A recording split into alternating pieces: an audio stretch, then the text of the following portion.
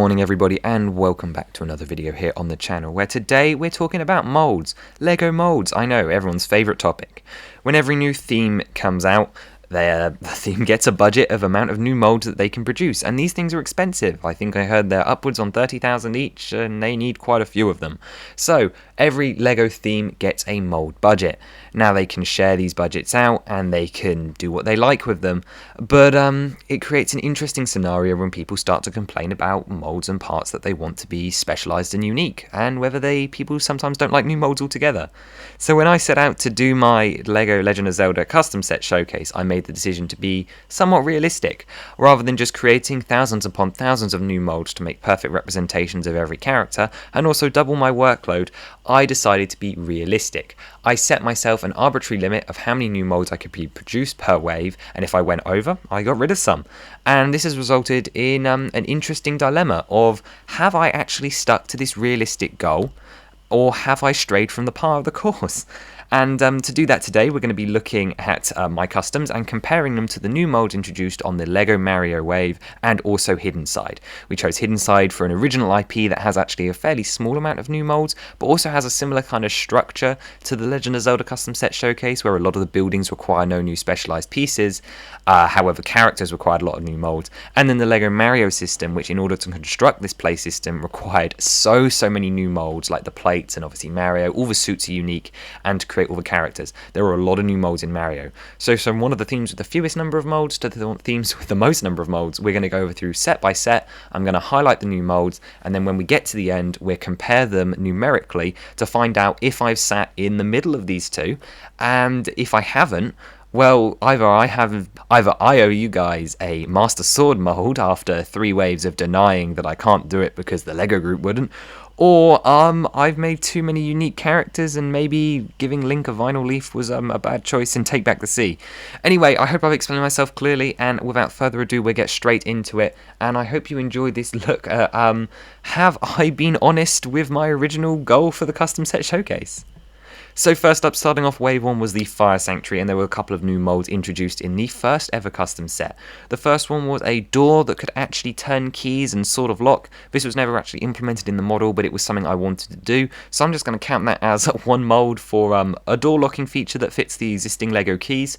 We also had a couple of new character introductions. The Mogma had a new headpiece which could attach the LEGO fez on top to create that iconic shape, and the Dark Lizalfos introduced a new curly tail mold, as well as a new headpiece which sits and like molds directly onto the head like the video bunnies.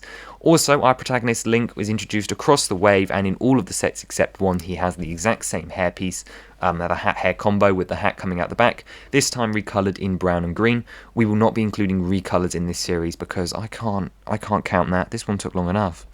Moving into the CMF, which is a debatable inclusion because CMFs come under their own mold budget, and they wouldn't really be included, so I'll be showing you 2 numbers at the end of this video. But in relation to the previous one we saw in the first group of sets, we have Sheik here, who has a new harp piece. Her bandage element is actually not a new element at all. Darunia, who had a custom head mold. Tingle, who had a hat piece to represent his hood. Skull Kid, who had, of course, Majora's Mask as a mask attachment. Impa, who had a molded Gate of Time. The Phantom Ganon and armor, which has a new hat. Midna, who has a new hat. Beedle, who has some new hair. Tetra has some new hair. The Phantoms from Phantom Hourglass and Spirit Tracks had a new hat piece. Macau had some new Zora hair. Demise had a new sword element, and Fi had a hat piece which we'll actually see reoccur across some other sets. It was quite a few, but not too many for a CMF, and considering they don't actually count towards today's experiment, they don't really matter. The Water Temple was a custom set that was never released and was up next. 2 custom molds in this one for the 2 minifigures. Of course, we had Zant's helmet, which sitted over a normal minifigure head and had the shoulders built in, and Link's exclusive water helmet gear, which had a different front attached to the hat. In the Great Sea Adventure, there were another 2. We had Toon Link's hairpiece, which was actually unique enough where I actually decided to make a new one, and the Cloud God's head as well for Zephyr/Cyclos. I still don't remember which is which. The fairy is X'd out in the top right of your screen though, because her hairpiece is not actually new. This appeared on Fi, just in the CMF, so I decided to count hers there rather than here, because it actually appears on a couple of characters throughout the custom set showcase. The wing ceremony only had one. This was Groos's hair, was another custom piece. I couldn't really replace Groos's hair, really, could I? I mean, it's so unique and special. The Castletown People Pack also had one. Despite having so many minifigures, there were a lot of recolors and creative part usage, such as Anna from Frozen's hairpiece from Disney Series 2 or Monkey Kid's hairpiece. Instead, we just had one here for Mallow's bow. The Bokoblin Battle Pack introduced the Bokoblins, and this mould has definitely had its fair share of use, being used in over 10 custom sets. Here it is used for the Red Bokoblin, and it is just a unique hairpiece. Wolflink Attack introduced two moulds, one of which being the animal form of Wolflink, which is just one piece mould, and the hairpiece for the Bubbling Archer, where it fits into the bottom Ninjago wrap from the Ninjago movie, but it was a custom hairpiece all the same. The Master Sword pedestal actually had none. Quite surprisingly, the Koroks were all built using existing pieces, and as I'm not counting recolors, Zelda's hair is perfectly fine here because there's no printing on it. And then in Goma's Lair we also had none because Child Link included the same hairpiece as was seen back in the Skyward Sword Link from earlier in the wave, and the Deku Sprout was built out of existing pieces, although maybe if I'm under my mould budget I should have given him more detail and given him a custom mould, but we'll find out at the end of today's video. The Guardian Attack only included one new hairpiece as well, as Tracy uses Flickwick's hair from Harry Potter Series 1. Here though we have Breath of the Wild Link, who had the Breath of the Wild style hairpiece which would appear on many characters throughout the custom set showcase, including Misko the Great Bandit. But here it is in medium nougat, and it was his first inclusion here, so that's another mould for the count. The Cuckoo Shed was the last set, and I debated whether to include this here, as when I originally designed this set I just used the normal chicken mould. However, I thought I would count the Cuckoo as its first inclusion here rather than with Anju in the collectible minifigure series, so just now I counted it here but not later on. The Sheikah accessory pack began Wave 2, and we had two new moulds. We had Robbie's hairpiece and hat combo, which had the goggles built in, and we had young Impa's done up hair with the Sheikah ears as well. Only two new pieces in the Sheikah accessory pack, wasn't too bad. The 2020 Advent Calendar actually only bought one new piece, and that was this specialised gingerbread piece for Gingerbread Link, debating again whether to include this one given its sillier nature. However, I thought it fitted in well here. Monk Maskosha's final trial was also in Wave 2, and there was one motorcycle cover piece for the Master Cycle that appeared in this set. Climber Link just used some recolours, and the Monk has nothing new on him, so it was just the horse cover. The Hylian Shield again had nothing given its 18 plus stature and the fact that it's a big giant display piece. The Divine Beast Varmeadow included no new moulds because Rivali reuses the Chima moulds. However, I'm going to give it a +1 count because there were so many recolors in all 4 Divine Beasts that I feel like over the 4 sets I've incurred the cost of a new mould. So, 1 new mould for the recolors in all 4 Divine Beasts. However, Naboris is on here for a couple of separate reasons. Urbosa's hairpiece was in fact a new mould. However, her sword and shield is just Blackbeard's sword recoloured, and a shield piece with just some printing, so nothing new there. Her cloth piece I decided not to count because it's just the Athens warrior from series 13 of the collectible minifigures, just in blue. However, I'll be counting a cloth piece later on in the series. However, there was actually a new mould introduced in Divine Beast Varnaboris, the first one I designed, and while you can't see it here because I just used existing pieces in studio, in order to get the print on Varnaboris' face there is a 2x3 with a rounded corner tile that forms a sort of U-shaped brick that was new for this model, just so we could get that print on there. The Spirit Train Adventures was also part of Wave 2, and while there was nothing new in the actual build, there were a lot of figure moulds. Angian had a new hairpiece, which curled up at the top, iconic for him. Link had a new conductor's hat, which attaches to an existing hairpiece, as well as Zelda had a new hairpiece for her Toon form.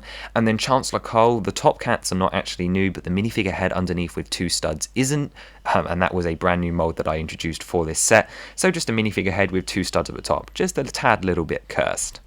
The Lizalfos Battle Pack introduced no new moulds because the Lizalfos and all of its components appeared in Wave 1 in the Fire Sanctuary, so I saved myself some mould budget for Wave 2 here. The Blight Ganons also had nothing, although once again some of these pieces were very old and perhaps the moulds wouldn't exist anymore. However, I can't judge that, so no new moulds added for this one. Ganondorf's Horseback Jewel was a weird kinetic sculpture set, and Zelda's hairpiece was just a recolour of one of the elven ones from Lord of the Rings. Link incurred no new hairpieces for this wave, just reusing the Skyward Sword one from Wave 1. However, Ganondorf had a new top of the hairpiece for his ears and glossus ginger locks. The Ice Wizrobe in the Ice Battle Pack has incurred a new mould just as total for all the new skirts and capes, so sort of for his and Abosa's I thought that we'd count the cloth piece here as a new mould. In Hyrule Castle, we had a new beard attachment for the King of Hyrule himself. This is compatible with the Series 13 King's Crown. And also, I decided to add one new mould one for the EX chest with Misako, because ideally this would be dual moulded, and it would have to be double moulded as an injection, so it will be a new mould for the chest piece. The Shadow Temple also incurred one new one with a modified version of the Skullkin Skull to include 2 clips at the back for the wings to attach for the bubbles. Prince Rallis' Wagon Escort only had one again, as the Bulbo was a reused figure and Telma includes nothing new. However, Prince Rallis' head is a new Zora headpiece that I'm hoping to reuse in a Zora village one day. Castle Wall Defense incurred 2 from the new Moblin build. We had the over-the-jacket Moblin piece to make him look a little bit more buff, and then also the headpiece which fits over a minifigure head so that we can use this Moblin piece on a minifigure and on a Stalkoblin one day as well. The SDCC Dark Link actually includes new moulds, but I wanted to show you here the 3 recolors we've had of this mould now. We had the monochrome version for Dark Link, we have the slightly more muted tones for Twilight Princess Link, and the same piece used yet again in the bright colours for Skyward Sword. The same 3 piece, shown from 3 different angles, but I promise you, it's the same mould. Wave 3 started with the Hyrule Botanical Collection, which incurred no new moulds despite the plentiful amount of recolors found in the flowers. The Silent Realm had just one, making the Tear of Light, which I plan to use for the Moon Tier in an eventual Clocktown set from Majora's Mask. However, still a new mould introduced here. Wave 3 for the Hinox Beach encounter only included one new one. This was Cass's headpiece. And then Buildable Tattle and Tail didn't include anything new, although it's very debatable whether the Skull Kid's hat is a new piece. However, there are so many wizard hats out there, I'm pretty sure this one already exists. As for the Hyrule Castle entrance, the Rupee mould is in fact new. Yes, this appeared in the Hinox Beach Rampage, but I decided to include it here because there were no other new moulds in this set. But this was like a little accessory pack, just like the Hidden Side Ghost pieces or the Marvel Superheroes Glowy Blasts. The 3 Days accessory pack included 3 new moulds with the 2 Beaver Bros heads and the inflatable ring, which is a modified version of the Batman movie one, which had the rubber duck. And the Master Koga helmet had no new moulds, just a couple of recolors. Divine Beast Varudania has a new mould, of course, for Daruk. This is an over-body headpiece, which is similar to what was used for Hagrid and Biggie from the Trolls World Tour line, and Varuta just has a new headpiece for Mifa. The Castle Troop Battle Pack is just reusing figures, so nothing new in this one. And then, just like with CMF1, CMF2 incurred a couple of new moulds, although these will not be counting towards the final total. Vati had a new hairpiece, Medley had a Makar mould, Cafe has the Keaton mask as well as a new angular hairpiece. The Darknut had a new hairpiece. Ravio had a new hood. The Fairy Queen had a new parted conical hairpiece. And Ruto had a head attachment as well. Escape from the Ranch, again, included no new moulds, just the Oot Link hairpiece or the recolor of the original Skyward Sword one in some new colours. The Builder Shrine Dungeon Builder from Wave 3 also had a new hairpiece. This was the Ancient Helm for Link. And Tower of the Gods also included a new moulded helmet for the Red or Mighty Darknut from the Tower of the Gods. The Yiga Clan attacks include 2 pieces, a new hairpiece attachment with a pinhole for Suga's fluffy bit, but then also the Yiga mask, which was just recoloured for both of them. The Yiga mask had a stud at the top for the attachment of the Kevin the Minion hairpiece, so nothing new there for the tuft on the top of the Yiga. However, Suga's hairpiece and the hat makes 2 new moulds for this set. And then we're getting close to the end now. The Hero of the Sea Advent Calendar surprisingly includes new moulds. The hairpiece used for the Stone Ganondorf turned into a Christmas tree from Wind Waker just reuses Griphook's hairpiece from Harry Potter Series 2 recoloured, and the Chancellor Cole headpiece with 2 studs makes a reappearance in the Chancellor Cole Snowman, so again, no new moulds here. The Arbiter's Ground Dungeon Inspection includes no new moulds, and the Take Back the Sea just includes the vinyl Korok leaf piece, which was the only exclusive thing to this set, as everything else is reuses of creatures and new colours. So, that brings us to the breakdown. For Wave 1 in the Zelda sets, we had 15 moulds, and if you included the CMF, that was 28, which I don't, so 15.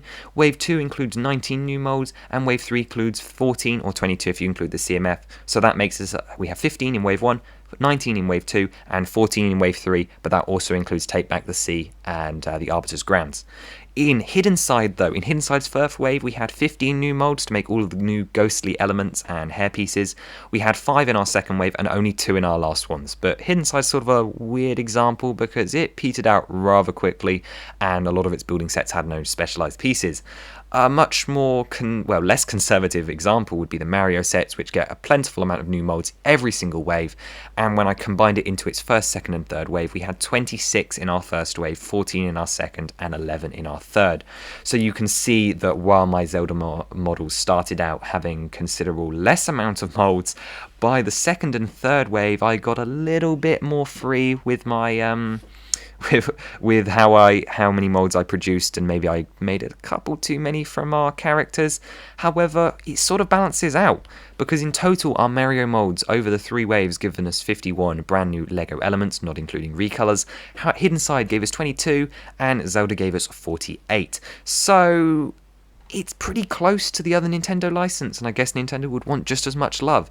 I guess what this shows that while I've pretty much maxed out my mold budget in Wave 2 and 3 by doing all these hair pieces and new enemies, in Wave 1 I probably could have gotten away with the Master Sword or a new piece to help with the Deku Scrubs, or maybe even a beetle.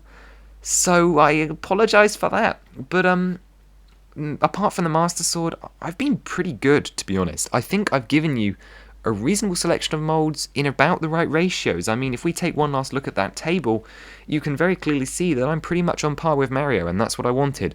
So I'm going to take this as a positive. I stuck within my limits. I've only produced a certain amount of new molds, and I've chosen some good choices. I definitely think by now we should have had a Master Sword, and Wave 1 would have been the perfect chance to do it with only 15 new molds compared to Mario's 26, and it's on the same par as Hidden Side, a very much smaller budget theme with no licensing. So, yeah, we should have a Master Sword, so I'll get to work on that. Let me know what other iconic molds you think we're missing from the custom set showcase and ones that I should have done by now, and whether you think I've kept to my promise of having an accurate custom set showcase with not too many new molds. Let me know down below, and I will see you next time. Bye-bye.